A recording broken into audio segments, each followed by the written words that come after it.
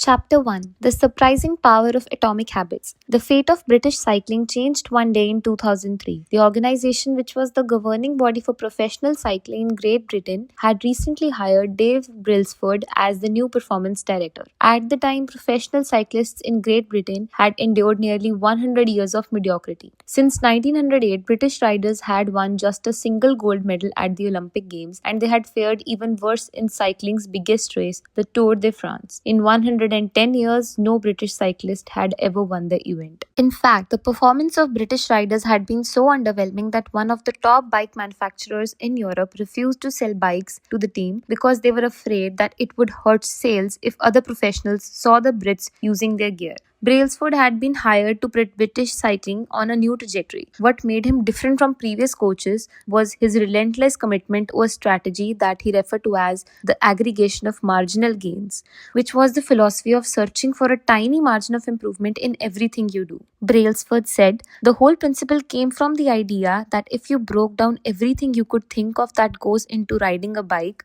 and then improve it by 1%, you will get a significant increase when you put them all together." Brailsford and his coaches began by making small adjustments you might expect from a professional cycling team. They redesigned the bike seats to make them more comfortable and rubbed alcohol on the tires for a better grip.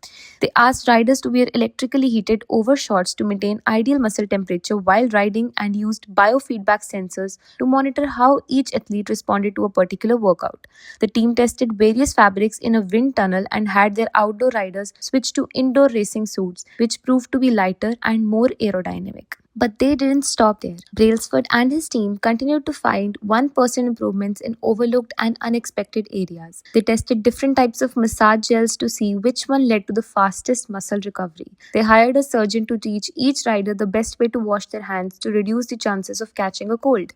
They determined the type of pillow and mattress that led to the best night's sleep for each rider. They even painted the inside of the team truck white, which helped them spot little bits of dust that would normally slip by unnoticed but could degrade the performance of the finely tuned bikes. As these and hundreds of other small improvements accumulated, the results came faster than anyone could have imagined. Just 5 years after Brailsford took over, the British cycling team dominated the road and track cycling events at the 2008 Olympic Games in Beijing, where they won as astounding 60% of the gold medals available. 4 years later, when the Olympic Games came to London, the Brits raised the bar as they set 9 Olympic records and 7 world records. That same year, Bradley Wiggins became the first British cyclist to win the Tour de France. The next year, his teammate Chris Froome won the race, and he would go on to win again in 2015, 2016 and 2017, giving the British team 5 Tour de France victories in 6 years. During the 10-year span from 2007 to 2017, British cyclists won 178 World Championships and 66 Olympic or Paralympic gold medals and captured 5 Tour de France victories in what is widely regarded as the most successful run in cycling history. How does this happen? How does a team of previously ordinary athletes transform into the world champions with tiny changes that at first glance would seem to make a modest difference at best? Why do small improvements accumulate into such remarkable results, and how can you replicate this approach in your own life?